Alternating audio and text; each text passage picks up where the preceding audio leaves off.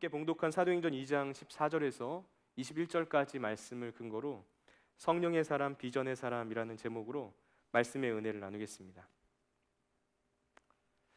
신앙생활을 하는 게 너무 힘들고 어렵다라고 말씀하시는 분들이 계세요.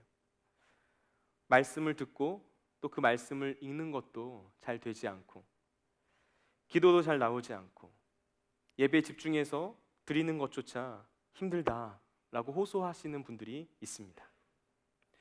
혹시 이 자리에도 그런 분들이 계시진 않습니까? 혹시 그런 분들 계시다면 이 부분을 한번 생각해 보셨으면 좋겠어요.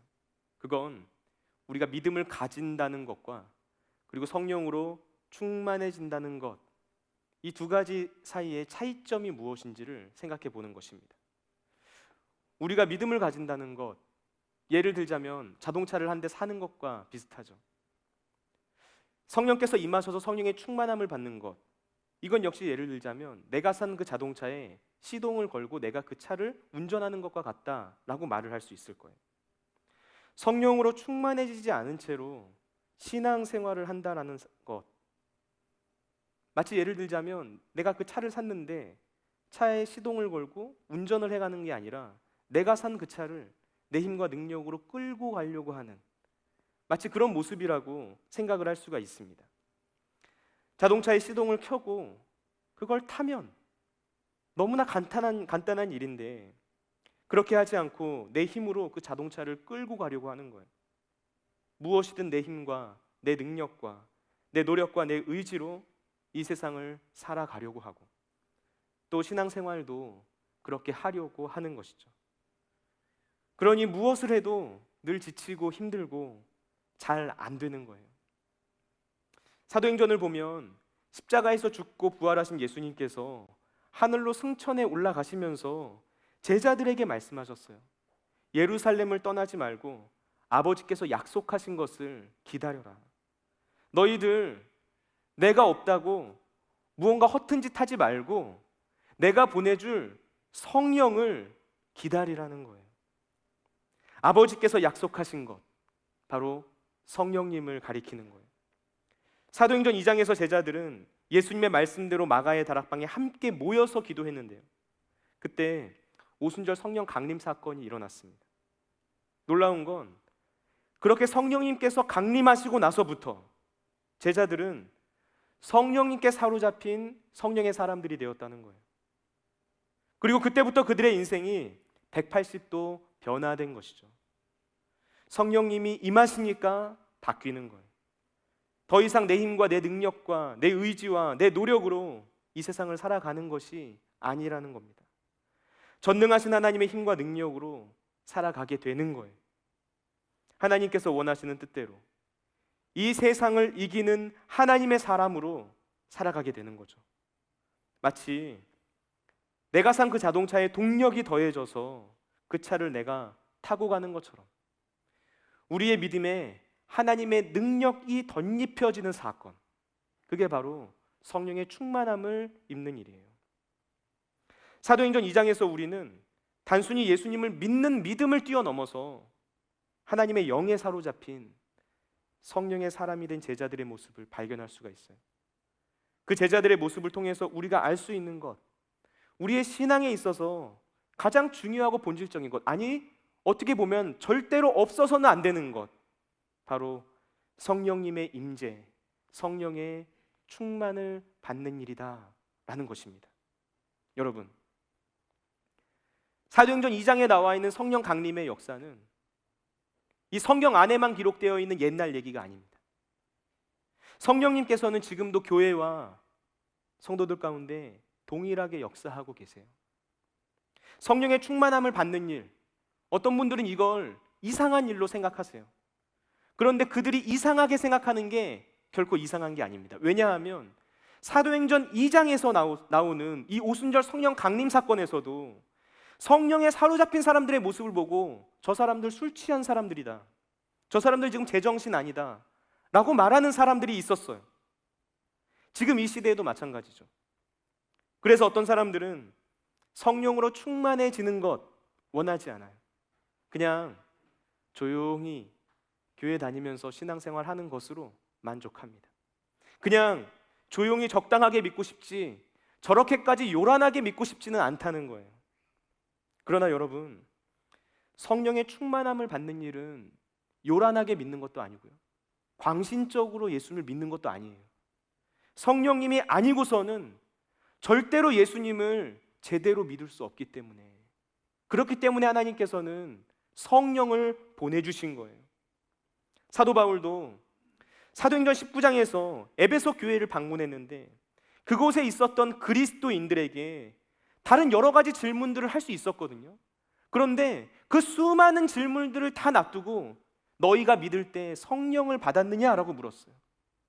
여러분들이 성령을 받았지 않았다면 아무리 많은 예수님에 관한 이야기를 듣고 신앙생활을 오래 했고 그리고 성경의 지식들을 많이 가지고 있어도 능력 있는 하나님의 사람으로 살아갈 수 없다는 거예요. 진짜 예수님의 제자가 될 수 없다는 거예요. 왜냐하면 성령님의 임재가 없이는, 하나님의 능력과 도움이 없이는 우리는 절대로 이 세상에서 승리하는 삶을 살 수가 없기 때문이에요. 오늘 우리는 이 사도행전 2장에 나오는 베드로의 설교의 시작 부분을 통해서 함께 은혜를 나누고자 합니다. 오늘 이 말씀이 선포될 때 사도행전 2장에 나오는 성령 강림의 역사가 이 예배의 자리 가운데 함께하고 있는 저와 여러분의 심령 가운데 나타나게 되기를 간절히 소망합니다.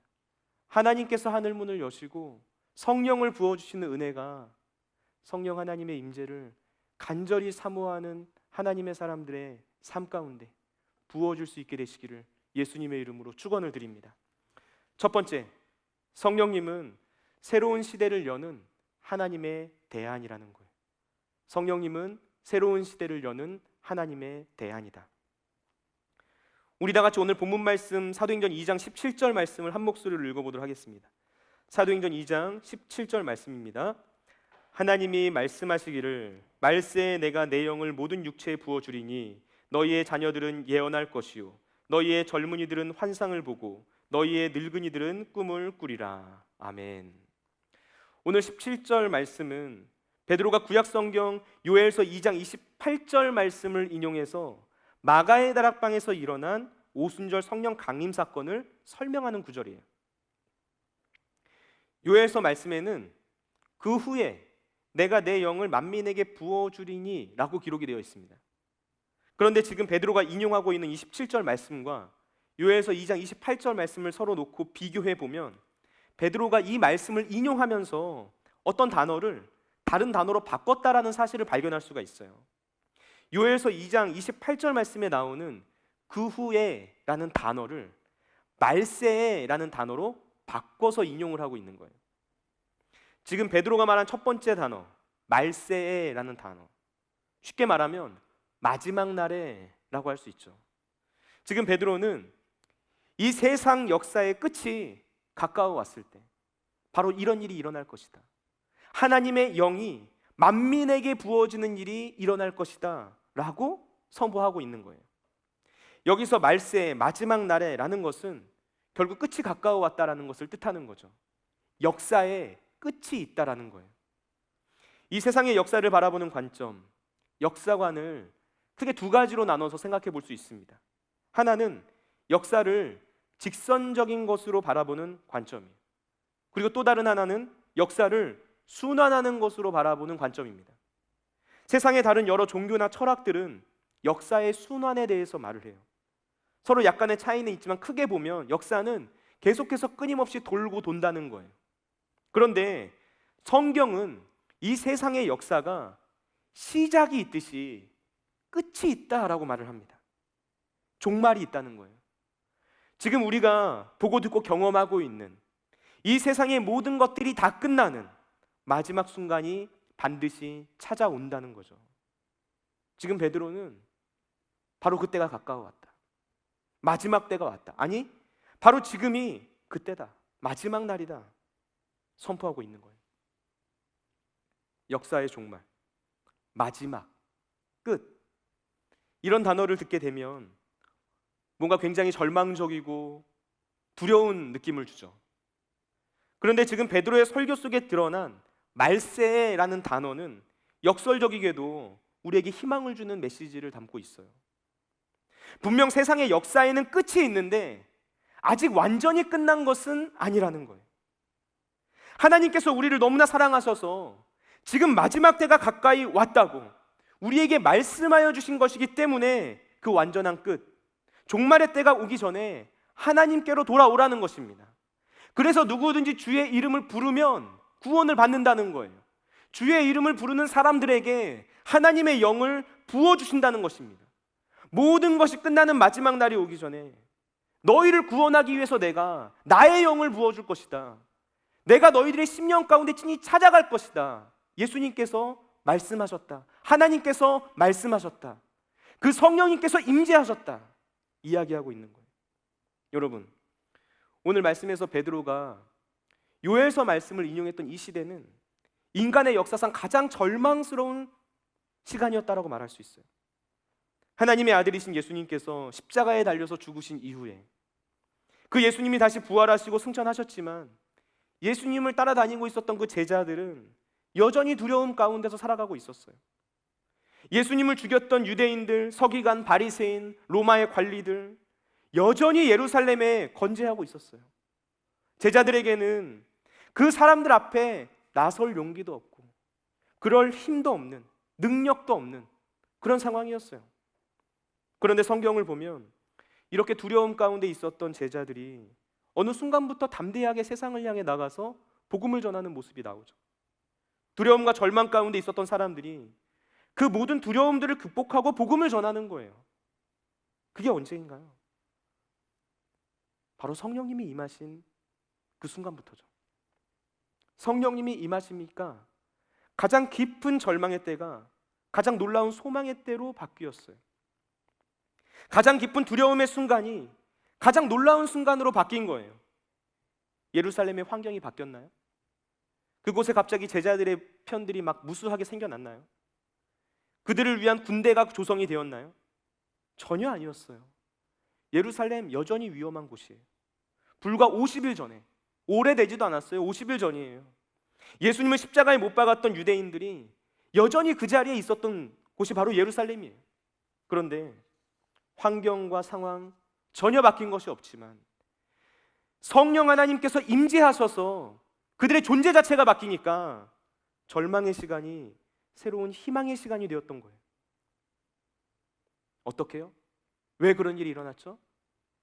성령님이 오시니까, 살아계신 하나님이 그들 속에서 내주하시니까, 그러니까 그런 일이 일어나는 거예요. 베드로는 두려움에 떨던 인생들이 어떻게 하나님의 사람으로 변화되었는지 요엘서 2장 28절 말씀을 인용해서 설명하고 있는 거예요. 구약의 선지자 요엘이 예언했었던 사건, 성령이 만민에게 부어진다는 하나님의 약속이 지금 이루어졌다. 그리고 바로 지금 이 순간부터 새로운 시대가 시작되었다. 새로운 사람들이 나타나게 되었다. 이제 성령께서 새로운 시대의 문을 여셨다. 이 세상에 마지막 때가 가까워왔다. 선포한 거예요. 우리는 여기서 소망이 없는 것만 같은 이 시대의 문제들을 해결할 수 있는 유일한 해답을 발견하게 되죠. 이 시대를 살아가고 있는 하나님의 자녀들이 세상 앞에서 두려워하지 않고 어떻게 세상을 향해 담대하게 나아갈 수 있는 인생이 될 수 있을까? 가장 본질적인 해답 발견하게 되는 거예요. 그 답은 바로 성령 하나님입니다.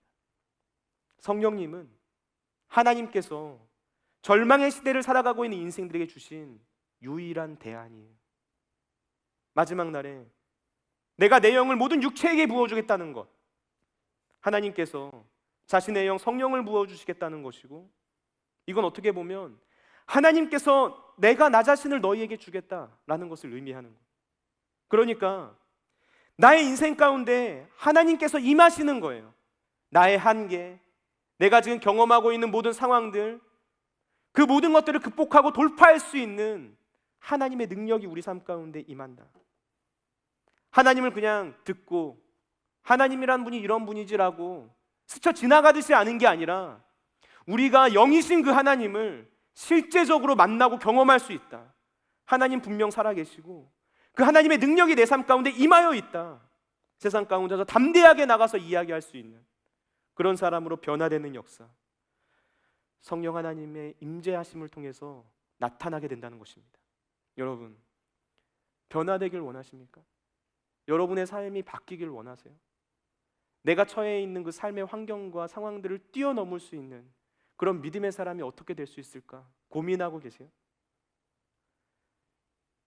세상의 종교와 그리고 유명한 강연들 하나씩 틀어서 놓고 가만히 들여다보면 그 사람들이 하는 공통적인 메시지가 뭐냐면 그 변화와 능력의 힘이 너희들 안에 있다라고 얘기하는 거예요. 그 사람들은 모두 다 우리 안에 구원의 소망이 있다는 거죠. 내 안에. 그래서 너 자신을 믿어라. 너의 능력을 믿어라. 그게 바로 이 세상을 이길 수 있는 힘이다. 네가 바로 세상의 주인이다. 그런 말들을 해요. 근데 그 말이 정말 맞는 말인가요? 우리가 어떤 이야기를 들었을 때 그 이야기가 나에게 위로가 되고 소망이 되고 그리고 기분이 좋아지면 그 말이 진리인가요? 절대로 그렇지 않죠. 우리가 우리의 모습을 솔직하게 한번 직면해 봤으면 좋겠어요. 정말 내 안에 선한 것이 있습니까? 정말 내가 나의 힘과 능력으로 이 세상을 이길 수 있는 존재인가요? 우리의 힘과 능력으로 하나님께서 기뻐하시는 삶을 살아갈 수 있습니까? 우리가 이 세상 가운데서 빛과 소금으로 살아가는 것, 그게 나의 힘으로 할 수 있는 일인가요? 한번 생각해 보세요. 우리가 나라는 존재에 대해서 아무리 깊이 묵상을 하고 또 묵상을 해봐도 결국에 가서 깨닫게 되는 건 나는 한계가 있구나. 나는 죄인이구나. 내 힘으로는 할 수 없구나. 라는 사실을 알게 되는 거예요. 나에겐 능력이 없다는 거죠. 나에게는 소망이 없는 거예요. 나는 할 수 없다는 거예요. 이건 인생에 대한 회의주의가 아니에요. 비관론자의 표현이 아니에요. 패배자가 하는 고백이 아닙니다. 지나친 겸손의 표현도 아니에요. 하나님 앞에 서게 된 연약한 인간이 나라는 존재의 민낯을 발견하게 되었을 때 자연스럽게 할 수밖에 없는 고백이에요. 하나님, 저 죄인입니다. 저는 할 수 없어요. 주님께서 도와주세요. 아니, 하나님께서 해주세요. 내 안에는 인생의 소망이 없으니 하나님의 영이신 성령님 내 삶 가운데 찾아와 주셔서 나와 함께 해주세요. 바로 이런 믿음의 고백, 바로 거기에서부터 이 절망의 시대 속에서 희망을 향해 나아갈 수 있는 새로운 길이 열리는 거예요. 하나님에 대한 성령님이 임하실 때 어떤 변화가 일어나는가? 두 번째, 하나님의 역사를 새롭게 써나가는 희망의 공동체가 나타난다. 하나님의 역사를 새롭게 써나가는 희망의 공동체가 나타난다. 17절 말씀을 다시 보시면 말세에 내가 내 영을 모든 육체에 부어주리니 라고 말하죠. 여기서 모든 육체라는 것은 하나님께서 당신의 영을 모든 사람들에게 부어주신다라는 것을 의미해요. 남자와 여자를 따지지 않고 남종과 여종을 구별하지 않아요. 노인이나 젊은이나 자유자나 종이나 모든 사람들에게 차별 없이 하나님의 영이신 성령이 부어진다는 거예요. 그러니까 하나님의 영이 임하는 곳에는 어떤 역사가 일어나냐면 인간의 모든 신체적이고 사회적인 차별들이 사라지고 허물어지는 거예요. 모든 사람들이 하나님 앞에서 평등한 육체가 되는 것, 그런 일이 일어나요. 우리는 사람을 볼 때 늘 사람을 서로 비교합니다. 나와 저 사람을 비교하고 이 사람과 그 사람을 비교해요. 그렇게 서로를 끊임없이 비교하면서 자기도 모르게 사람 사이의 높고 낮음을 판단하죠. 이 사람은 저 사람보단 좀 더 나은 것 같아. 그리고 저 사람은 이 사람보다 조금 못한 것 같아. 이런 식으로 사람 사이의 높낮이를 따지는 거예요. 그런데 이 행동, 하나님의 편에서 보았을 때는 어떨까요? 정말 무의미한 일이라는 거예요. 예를 들자면 이런 것과 비슷한 거죠. 우리는 서로가 서로를 비슷한 눈높이에서 바라봐요. 그래서 두 사람이 마주보고 서 있으면 누가 더 키가 큰지를 금방 발견할 수 있어요. 그런데 만약 우리를 저 높이 우주에서 바라본다면 어떨까요? 누가 더 크고 누가 더 작은지 비교할 수 있나요? 그 크기를 비교하는 것 자체가 의미가 없죠. 높은 곳에서 바라보면 인간이 아무리 커봤자, 아무리 작아봤자 다 티끌과 같은 존재로 보이는 거예요. 하나님의 시각에서 우리의 인생들을 바라봤을 때 바로 그렇게 보인다는 거예요. 그렇기 때문에 하나님의 영이신 성령님은 사람을 가리지 않아요. 모든 사람들, 모든 육체들에게 충만하게 임하셔서 그들 모두가 성령 안에서 하나 되게 하십니다. 그래서 사도행전 2장을 보면 오순절 성령 강림 사건 이후에 어떤 일이 일어나냐면 초대교회 공동체가 생겨나는 거예요. 그리고 그 초대교회 공동체가 가지고 있었던 가장 큰 특징 중에 하나가 뭐냐면 그들은 서로가 서로를 절대로 차별하지 않았다는 거예요. 초대교회가 생겨나기 시작한 1세기 당시에 노예와 자유인이 있었죠. 당시 노예들 인간 대접을 받지 못했어요. 사람으로 취급을 받지 못했어요. 인간으로서 당연히 우리가 누리고 있는 권리들 누릴 수 없었어요. 그냥 주인이 마음껏 쓰다가 적당히 다르면 버리면 되는 그런 소모품에 불과한 존재였어요. 그런데 초대교회 공동체 안에서 정말 놀랍고 파격적인 일들이 나타나요. 노예와 주인이 함께 앉아서 예배를 드려요. 주인의 소유이자 도구로 취급되던 노예들이 교회 안에서는 그 공동체의 리더로 세워져요. 세상 어디에서도 볼 수 없는 일들이 교회 공동체 안에서 나타나는 거예요. 이게 먼 이야기처럼 느껴지나요? 한국교회도 그랬어요.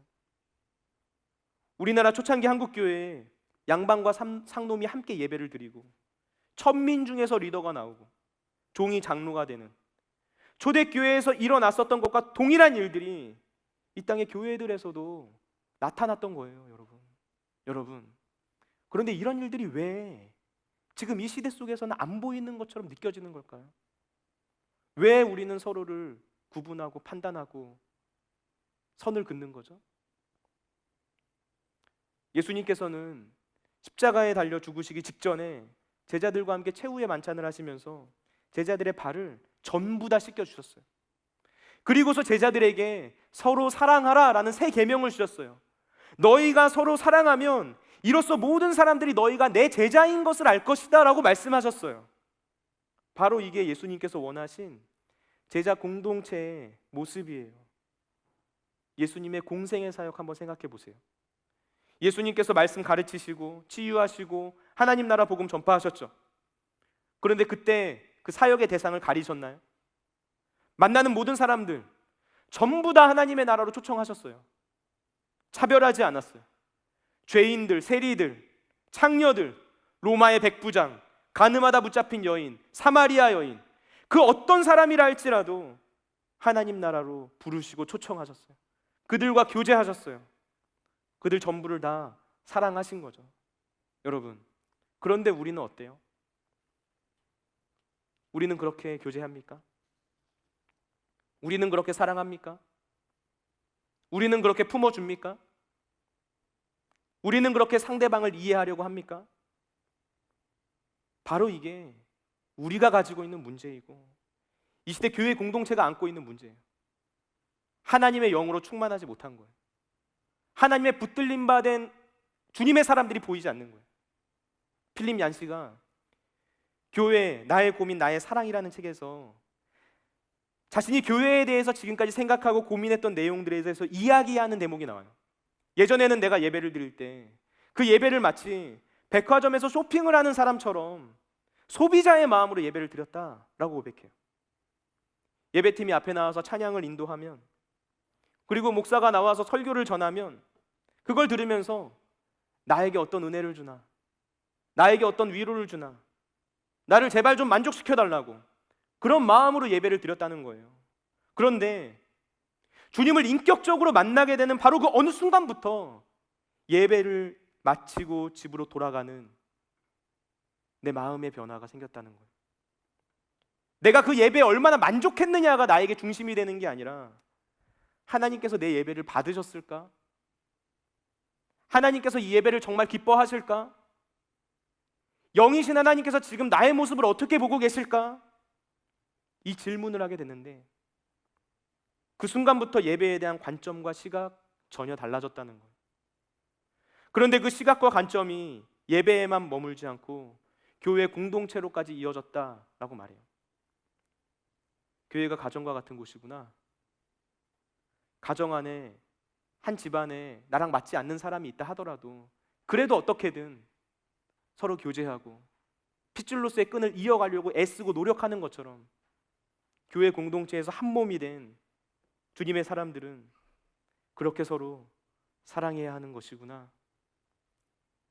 교회라는 공동체가 바로 그런 곳이라는 관점이 생겼다는 거죠. 교회를 바라볼 때 교회가 단순히 나에게 무언가를 채워주는 곳만이 아니라 타인을 위해서 먼저 나의 것을 온전히 나누어 주는 곳, 그런 곳으로 바라보는 관점의 변화가 생겼다는 거예요. 여러분, 교회를 그리고 우리 러브의 청년대학부 공동체를 새롭게 바라볼 수 있는 관점의 변화 어떻게 생기나요? 성령 하나님의 임재를 통해 생기는 거예요.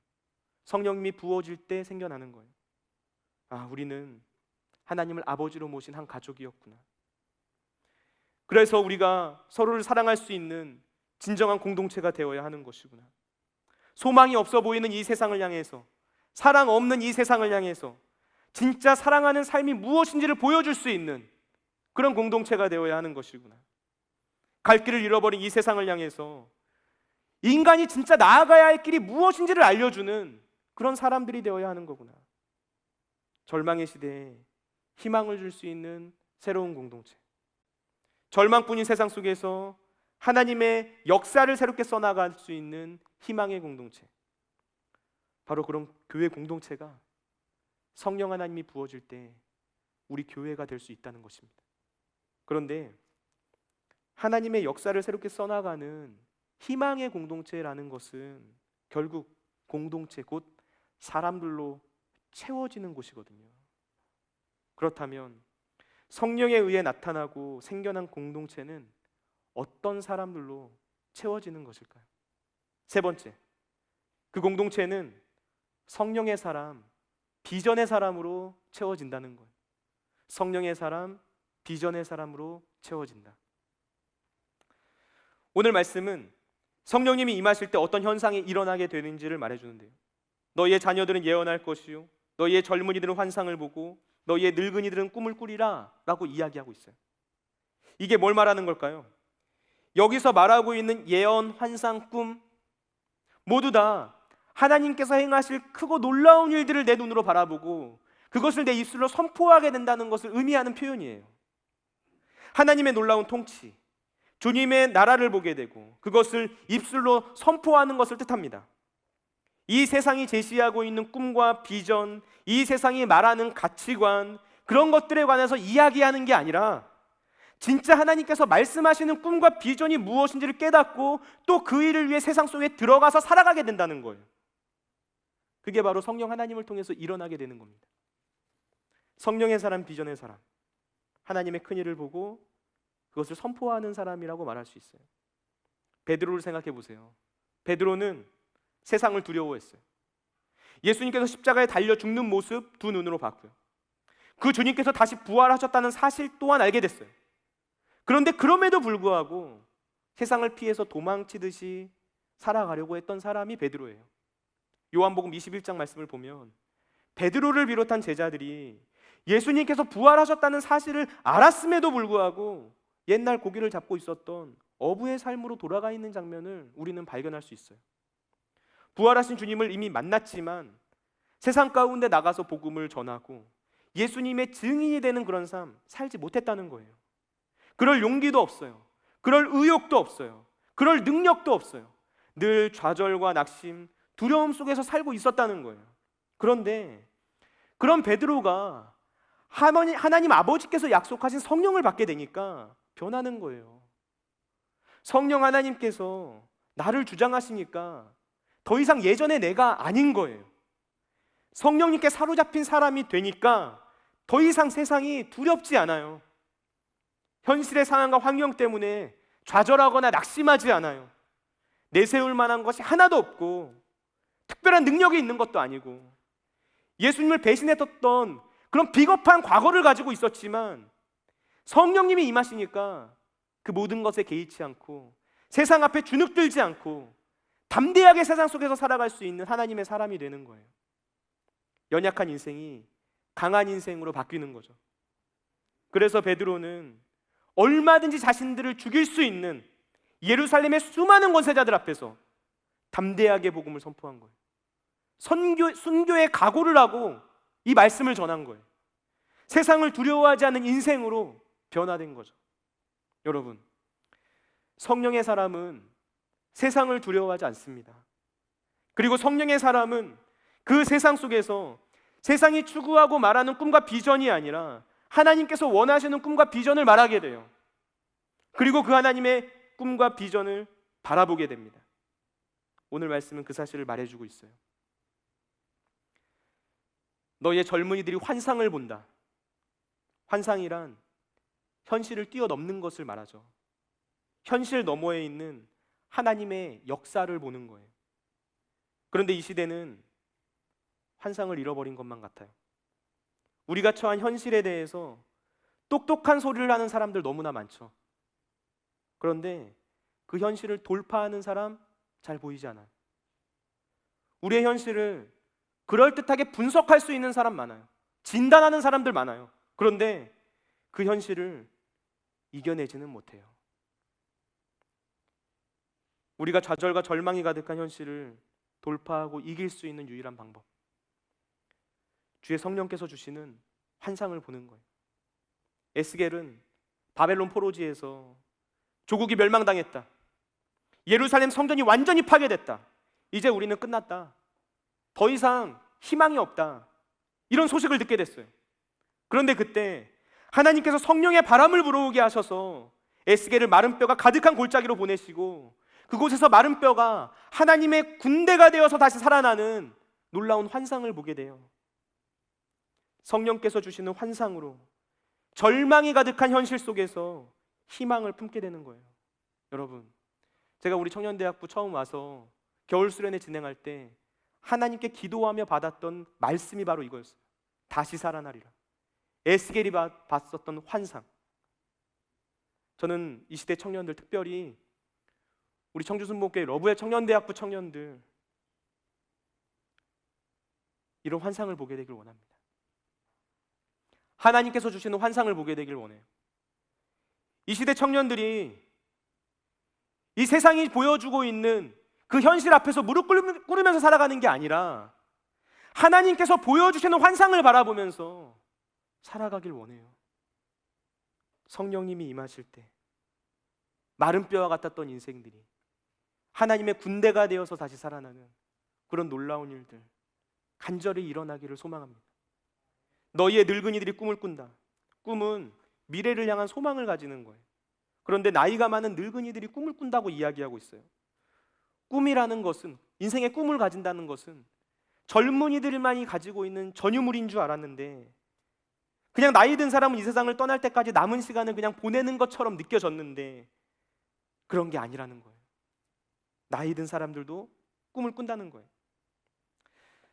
제가 어떤 목사님의 설교를 예전에 듣는데 그분이 이런 간증하시더라고요. 미국에서 이민 목회하시는 분이었는데 오늘 우리가 함께 나눈 이 사도행전 2장 말씀으로 동일한 본문으로 말씀을 전했대요. 그리고서 성령에 관한 설교를 전하면서 늙은이들도 꿈을 꿀 수 있다라고 선포를 했는데, 그 예배가 끝나고 85세가 되신 할머니 한 분이 그 목사님한테 찾아오더니 이렇게 말했다는 거예요. 목사님, 오늘 목사님 말씀을 듣고 내 인생에도 새로운 꿈이 생겼습니다. 하나님께서 저에게 주신 꿈이 있습니다. 몇 세? 85세 할머니가. 요즘에도 활발하게 활동하시는 철학자 김영석 씨, 연세대학교 명예교수신데요. 1920년 4월 23일에 태어나서 올해로 101세가 되셨거든요. 이분이 작년에 100세였을 때 한 언론사와 인터뷰에서 이런 말을 했어요. 40년 전에는 내가 인생을 2단계로 봤다. 태어나서 30세까지 교육받는 시간, 그리고 30세부터 60세까지 직장인으로 일하고 끝나는 그런 2단계로 인생을 봤대요. 그런데 90세까지 살아보니까 내가 사회인으로 살아갈 수 있는 60세에서 90세까지의 기간, 그 기간을 추가해서 인생을 3단계로 봐야 되겠구나 라는 것을 알게 됐대요. 그러면서 뭐라고 말씀하시냐면, 나무를 보면 그 나무가 열매를 맺는 기간이 제일 소중하고 귀한 시간인데 살아보니까 60세에서 90세까지의 시간이 그렇더라. 그 시간이 가장 소중하더라.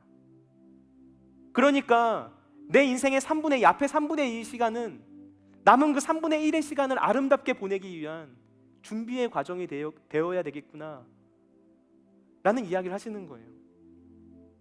인생에 늦은 때란 없다는 거죠. 그 나이가 몇이든 절대로 늦은 때는 없다는 거예요. 아니, 오히려 그 인생의 종반부에 이르렀다고 느껴질수록 그 시간이 가장 소중하다는 거예요. 하나님께서 저와 여러분을 부르시는 그 순간까지 우리에겐 아직 사명이 남아있다는 의미이기 때문에, 그렇기 때문에 늙은이도 꿈을 꿀 수 있다는 거예요. 그런데 여러분, 이 시대가 안고 있는 가장 큰 아픔이 뭔지 아세요? 가장 큰 아픔, 그것은 분명 육체적으로는 젊은데 마음이 늙어버린 사람들이 있다는 거예요. 꿈이 없는 인생이 있어요. 아직 내 인생에 남은 날이 여전히 존재하는데, 너무나 창창한데 마치 그 인생을 다 산 것처럼, 아무런 꿈도 없이 그냥 죽을 날만 기다리는 것처럼 그렇게 인생을 살아가는 청년들이 있다는 거예요. 여러분, 이제 내 인생에 더 이상 남은 기회가 없다, 내 인생에 남은 시간도 없다, 내 인생에 아무런 의미도 희망도 없다, 내 인생 다 끝났다, 그렇게 생각하며 살아가는 거죠. 내 인생 너무 헛되게 보냈다고 낭망하고 낙심하면서 꿈이 없이 살아가는 인생들이 있다는 거예요. 여러분, 혹시 이 자리에 그런 분 계십니까? 혹시 이 자리에 그런 분 계신가요? 그렇다면 낭망하지도 낙심하지도 마시기 바랍니다.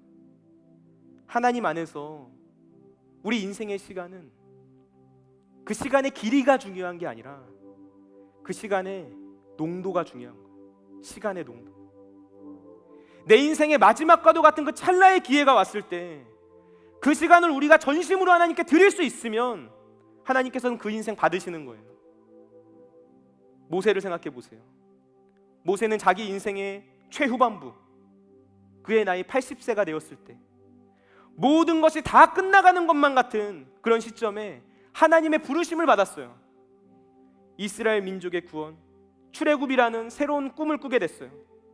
그리고 바로 그때부터 모세가 꿈꾸기 시작했던 그 인생의 모든 시간들이 하나님 나라의 역사가 된 거예요.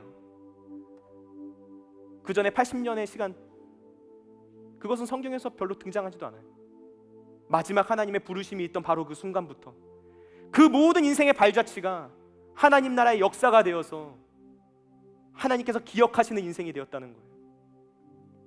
우리가 하나님께서 주시는 꿈을 꾸고 우리의 인생이 하나님 앞에 온전히 올려드려지는 바로 그 순간부터 놀라운 일이 일어나는 거예요.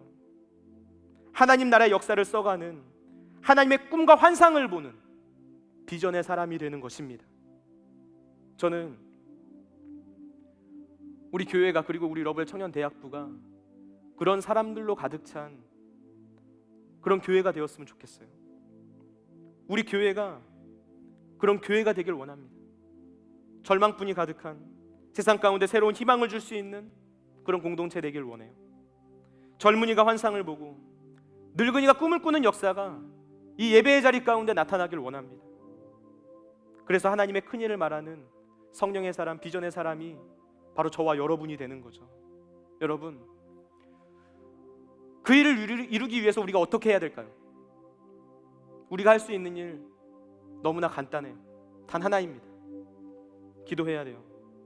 성령으로 충만하게 해달라고, 하나님의 영이신 성령께서 각 사람 머리 위에 임하게 하여 달라고.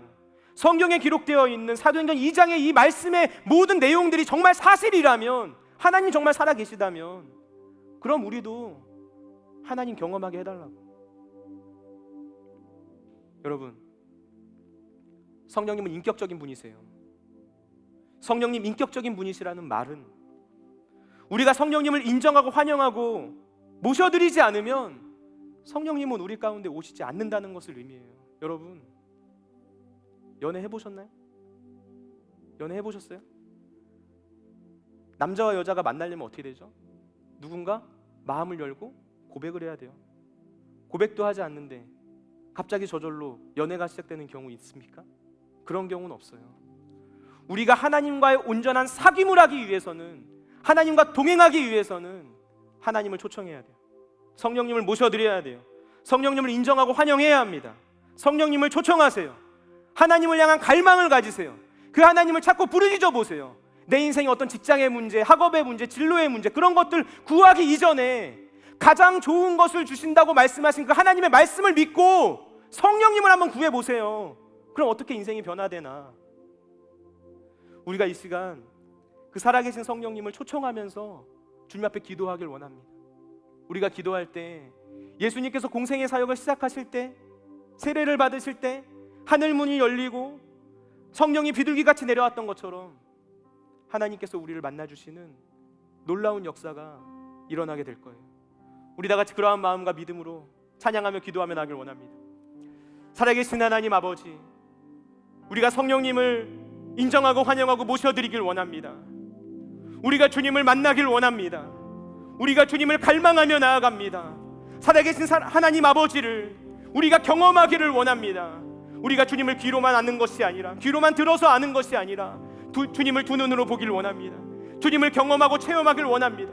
하나님 정말 살아계시다고, 주님 역사하신다고, 주님 내 인생 가운데 함께 하신다고, 내 상황과 환경 주님께서 함께 하시기 때문에 두렵지 않다고 세상 가운데 담대히 나아가 살아갈 수 있는 주님의 사람 되길 원합니다. 주님, 이 시간 그러한 마음으로 찬양하길 원하오니 하늘 문을 여시고 성령께서 기름 부어주시는 놀라운 은혜의 역사 가득하도록 인도하여 주시옵소서.